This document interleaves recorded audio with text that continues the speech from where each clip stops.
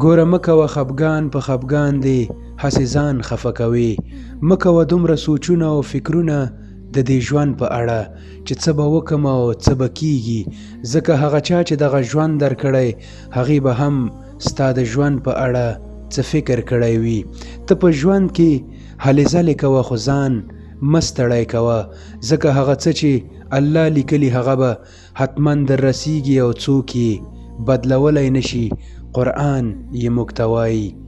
او دا هم په یاد ولره هغه چې مالدار دي په خپل کمال مالدار نه دي، ځکه د الله چې چاته خوښه شي رزق یې پراخوي او چاته چې یې خوښه شي تنګوي. او په دې کې د هغه خلکو دپاره ډېرې نښې دي کومو خلکو چې ایمان راوړی.